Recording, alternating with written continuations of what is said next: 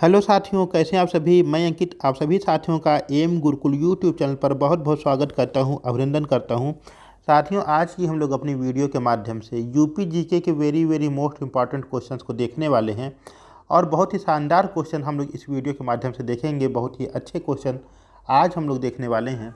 तो आइए विलम्ब ना करते हुए हम लोग अपनी आज की वीडियो का शुभारंभ करें। और आज का शानदार सा पहला प्रश्न ये रहा। पहला प्रश्न आप सभी के सामने, और पहला प्रश्न अपने आप में बहुत ही अद्भुत है, बहुत ही बेजोड़ है।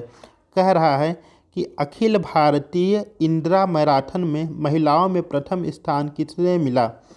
पहला ऑप्शन कह रहा सोनिका, दूसरा कह रहा रीनू, तीसरा कह रहा सीमा, या चौथा इनमें से कोई नहीं। तो अखिल भारतीय इंदिरा मैराथन में महिलाओं में प्रथम स्थान अभी किसे मिला है, यह आपको बताना है। तो देखिए, ये क्या है कि अपने उत्तर प्रदेश में संपन्न हुआ है, इंदिरा मैराथन का आयोजन किया गया था। और इसके पीछे का जो कारण है कि क्यों मनाया जाता है, तो देखिए, जो भारत की पहली महिला प्रधानमंत्री बनती हैं श्रीमती इंदिरा गांधी जी, उनकी जन्म शताब्दी को याद करने के लिए, उनके जन्म दिवस को याद करने के लिए यह आपका आयोजन किया जाता है मैराथन का। इंदिरा गांधी जी का जन्म होता है 19 नवंबर 1917 को उत्तर प्रदेश के इलाहाबाद नामक स्थान पे, और इनके पिताजी का नाम होता है जवाहरलाल नेहरू जी। तो 19 नवंबर को ही प्रतिवर्ष क्या होता है, इंदिरा मैराथन के रूप में मनाया जाता है। और इसमें क्या किया गया कि मैराथन का आयोजन किया गया, एक दौड़ का आयोजन किया गया। तो इसमें क्या हुआ कि महिला वर्ग और पुरुष वर्ग दोनों क्या किए, पार्टिसिपेट किए, भाग लिए। पुरुषों में बात किया जाए तो योगेश शर्मा जी इसमें क्या किए, प्रथम स्थान पे रहे। जबकि अगर महिलाओं की बात करें, भैया किसकी बात करें, महिलाओं की बात करें, तो महिलाओं में कौन हो जाती हैं, महिलाओं में हो जाती हैं सोनिका। कौन हो जाती हैं, सोनिका हो जाती हैं। और सोनिका की अगर हम लोग बात करें तो सोनिका मूल रूप से हो जाती हैं हरियाणा की। तो पहला सही जवाब हो जाएगा क्या हमारा, सोनिका। कौन हो जाएंगी, सोनिका देवी जी हरियाणा की हैं। यह इस मैराथन में क्या करती हैं, प्रथम स्थान प्राप्त करने वाली महिला के रूप में जानी जाती हैं।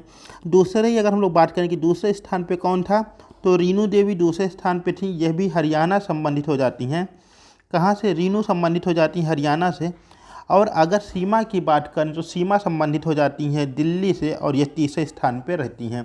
तो अखिल भारतीय इंदिरा मैराथन में जो महिलाओं में थी, प्रथम स्थान प्राप्त करता थी सोनिका, द्वितीय स्थान पे रीनू थी, और तृतीय स्थान पे हो जाती हैं सीमा। तो चलते हम लोग अपने आज के सेकंड क्वेश्चन पर। और सेकंड क्वेश्चन बहुत ही अपने आप में प्यारा क्वेश्चन क्या कह रहा है, सेकंड क्वेश्चन कह रहा है कि किस अपरदन को किसान की मौत कहते हैं। किस अपरदन को किसान की मौत कहते हैं। पहला कह रहा अवनालिका अपरदन, दूसरा कह रहा परत अपरदन, तीसरा कह रहा सरिता तटीय अपरदन, या चौथा कह रहा इनमें से कोई नहीं।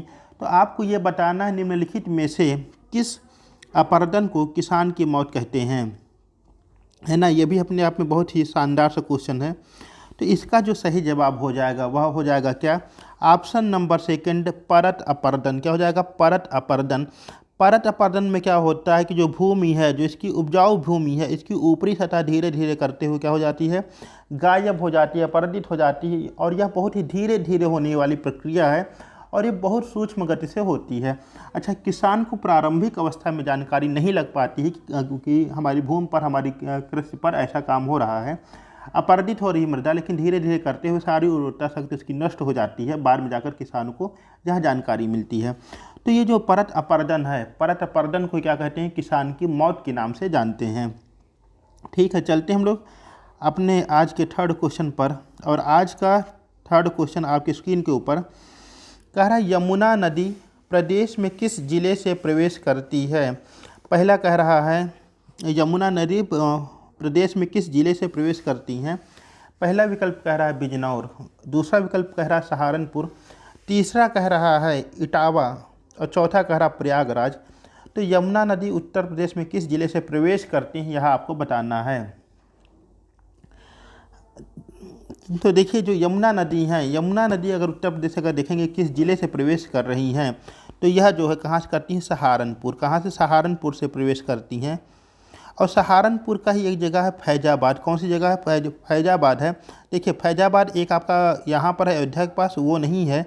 यह आपका जो है फैजाबाद सहारनपुर के अंतर्गत एक जगह और है, उसका भी नाम क्या है, फैजाबाद है। यहाँ से यमुना नदी क्या करती हैं, प्रवेश करती हैं उत्तर प्रदेश में, और जो प्रयागराज है, प्रयागराज में आ करके यमुना गंगा नदी में मिल जाती हैं। अगर बिजनौर की बात किया जाए तो बिजनौर से कौन सी नदी प्रवेश करती है, तो बिजनौर से आपकी गंगा नदी उत्तर प्रदेश में प्रवेश करती हैं। ठीक है, चलते हैं आगे क्वेश्चन नंबर 4 की ओर।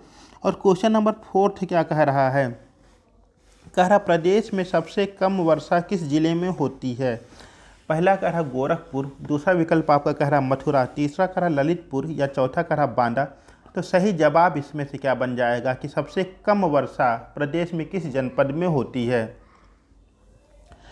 तो अगर बात करें कि प्रदेश में सबसे कम वर्षा कहाँ होती है, तो एक ही ज़िला है, कौन सा, वह ज़िला हो जाएगा आपका मथुरा। कौन सा हो जाता है, मथुरा हो जाता है। यानी कि विकल्प संख्या आपकी दूसरी यहाँ पर सही होती हुई दिखाई दे रही है। और अगर यहाँ पे औसत वर्षा की बात करें तो यहाँ पर लगभग औसत आपका 54 सेंटीमीटर आता है। कितना आता है, 54 सेंटीमीटर के आसपास यहाँ पे वर्षा का औसत आता है। जबकि अगर क्वेश्चन यहीं पर ये पूछा होता कि प्रदेश में सर्वाधिक वर्षा किस जनपद में होती है, प्रदेश में सर्वाधिक वर्षा किस जनपद में होती है, तो याद रखिएगा वह जिला हो जाता है आपका उत्तर प्रदेश का गोरखपुर। कौन सा हो जाता है, उत्तर प्रदेश का गोरखपुर हो जाता है, जहां पर औसत आपका जो है 120 के आसपास जाकर 120 सेंटीमीटर के आसपास जाकर के बैठता है। तो सर्वाधिक वर्षा आपकी उत्तर प्रदेश में होती है गोरखपुर में, और न्यूनतम अगर हम लोग वर्षा की बात करें तो वह हो जाती है उत्तर प्रदेश के मथुरा जनपद में। ठीक है, चलते हैं हम लोग क्वेश्चन नंबर 5 की ओर। और क्वेश्चन नंबर 5 पर जाने से पहले आप सभी से रिक्वेस्ट है, गुजारिश है आप सभी से कि चैनल पर अगर आप लोग नए हैं चैनल को सब्सक्राइब अवश्य कीजिएगा और इसे ज़्यादा से ज़्यादा लाइक करिएगा, अपने विचार हमें अवश्य बताइएगा। चलते हैं हम लोग क्वेश्चन नंबर 5 की ओर। और क्वेश्चन नंबर 5 क्या कह रहा है, आइए देखते हैं। बहुत ही बढ़िया क्वेश्चन है। कह रहा प्रदेश में चारा बैंक कहाँ स्थित है। ठीक, अपने आप में एक अनोखा क्वेश्चन है, एक यूनिक क्वेश्चन अपने आप में है कि प्रदेश में चारा बैंक कहाँ है। अभी तक आप लोग सुने होंगे कि रुपया पैसा जमा करने वाला बैंक हो गया या ब्लड बैंक हो गया, लेकिन ये पहली बार अधिकतर लोग सुनते होंगे कि चारा बैंक भी अपने प्रदेश के अंतर्गत है। और यह कहाँ पर स्थित है। विकल्प पहला कह रहा लखनऊ, दूसरा कह रहा प्रयागराज, तीसरा कह रहा झांसी, या चौथा कह रहा कानपुर। तो चारा बैंक आपको निम्नलिखित में से किस स्थान पर देखने को मिलता है। अच्छा, चारा बैंक का कॉन्सेप्ट क्या है कि बुंदेलखंड क्षेत्र के अगर हम लोग तरफ देखें तो वहाँ पे पैदावार फसलों का बहुत कम होता है, क्योंकि अगर देखा जाए कि उत्तर प्रदेश की अधिकांश जो आबादी है वो ग्रामीण अंचल से बिलोंग करती है, ग्रामीण परिवार ज़्यादा हैं, और इनके सब में क्या है कि पशुपालन भी मुख्य रूप से किया जाता है। अब अगर फसल कम है, जाहिर सी बात है कि पशुओं के लिए जो उत्पाद है, उनके भोज्य पदार्थ हैं, वो उनकी भी मात्रा कम पैदावार होगी। तो यहाँ पर क्या किया गया, एक चारा बैंक की स्थापना की गई, जहाँ पर क्या होता है किसानों को वहाँ से चारा की प्राप्ति कराई जाती है। और अगर इसकी बात करें कि कहाँ पर देखने को मिलता है, तो यह आपका मिलता है उत्तर प्रदेश के झांसी के अंतर्गत। कहाँ पर, झांसी में देखने को मिलता है चारा बैंक। कहाँ पर है आपका, झांसी के अंतर्गत देखने को मिलता है। यानी कि 5वें का विकल्प नंबर आपका, विकल्प संख्या आपकी तीसरी यहाँ पर सही जवाब होता हुआ दिखाई दे रहा है। इसी के साथ ही चलते हैं हम लोग क्वेश्चन नंबर 6 की ओर।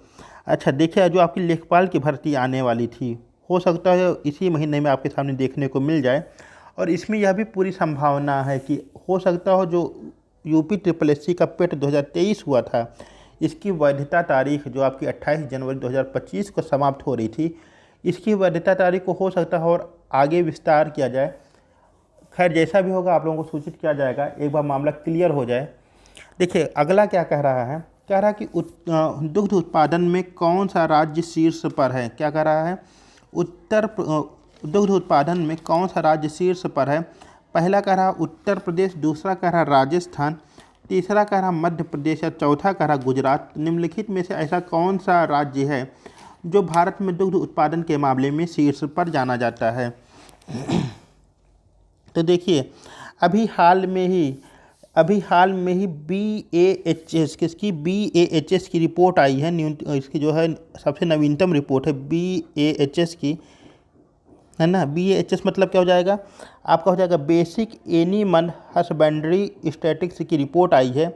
और इसके अंतर्गत यह बताया गया है कि पूरे भारतवर्ष में जो 2023-24 में दुग्ध का उत्पादन हुआ है, यह कितना हुआ है? यह हुआ है 239.40 मिलियन टन। कितना हुआ है? 239.40 टन। और यह जो भारी मात्रा में दूध का उत्पादन हुआ है, इसमें जो सर्वाधिक प्रतिशत वाला भाग है, जहाँ सर्वाधिक उत्पादन हुआ है, वह हो जाएगा आपका उत्तर प्रदेश। क्या हो जाएगा? उत्तर प्रदेश हो जाएगा। और उत्तर प्रदेश की अगर हम लोग बात करें तो संपूर्ण उत्पादन का जो आपका 239.40 मीट्रिक टन का उत्पादन हुआ है, इसके अंतर्गत अगर हम लोग देखें उत्तर प्रदेश का, तो लगभग आपका 16.21%, यानी कि 16.21% अकेले भाग किसका है? 16.21% का योगदान है उत्तर प्रदेश का। ठीक है। दूसरे नंबर पे कौन हो जाएगा? दूसरे नंबर पे आपका राजस्थान हो जाएगा। तीसरे नंबर की बात करें तो तीसरे नंबर पे आपका मध्य प्रदेश हो जाएगा। और चौथे नंबर की अगर हम लोग बात करें, चौथे पे हो जाएगा गुजरात। और पाँचवें की बात करें तो पाँचवें पे हो जाता है महाराष्ट्र। क्या हो जाएगा? महाराष्ट्र हो जाएगा। तो जो BAHS अपनी रिपोर्ट जारी किया है, इसने दूध के मामले में जो बताया है कि सर्वाधिक उत्पादन अगर राज्यों में देखा जाए तो उत्तर प्रदेश हो जाता है। दूसरे नंबर पे आपके राजस्थान है, तीसरे नंबर पे मध्य प्रदेश है, चौथे पे गुजरात है और पाँचवें पे महाराष्ट्र देखने को मिलता है। चलते हैं आगे हम लोग क्वेश्चन नंबर 7 पर। और आज का क्वेश्चन नंबर 7 क्या कह रहा है? क्वेश्चन नंबर 7 कह रहा है कि मांस उत्पादन में प्रदेश का स्थान है। ठीक है, कि मांस के उत्पादन में प्रदेश का स्थान है, यह आपको बताना है। विकल्प कह रहा पहला, दूसरा विकल्प है दूसरा, तीसरा या चौथा। तो बताना है कि उत्तर प्रदेश का मांस उत्पादन के क्रम में देखा जाए तो किस नंबर पर इसकी रैंकिंग होती है, यह आपको बताना है। तो इसका जो सही जवाब बन रहा है, इसका आपका सही जवाब बन रहा है, यह हो जाएगा आपका दूसरा स्थान है उत्तर प्रदेश का। किसका है? दूसरा स्थान हो जाता है उत्तर प्रदेश का। और अगर हम लोग पहले स्थान की बात करें, किसकी? अगर हम लोग पहले स्थान की बात करें तो पहले स्थान पे हो जाता है पश्चिम बंगाल। क्या हो जाता है? पश्चिम बंगाल हो जाता है। और वहीं दूसरे स्थान पे हो जाता है आपका उत्तर प्रदेश। पहले स्थान पे हो जाता है वेस्ट बंगाल और दूसरे स्थान पे हो जाता है मांस उत्पादन के क्रम में उत्तर प्रदेश। क्या हो जाता है? उत्तर प्रदेश हो जाता है। तीसरे नंबर की बात करें तो तीसरे नंबर पे आपका महाराष्ट्र हो जाता है। क्या हो जाता है? महाराष्ट्र हो जाता है, MH हो जाता है। चौथे नंबर पे बात करें तो आपका तेलंगाना हो जाता है। और वहीं पाँचवें नंबर पे आंध्र प्रदेश हो जाता है। क्या हो जाता है? आंध्र प्रदेश हो जाता है।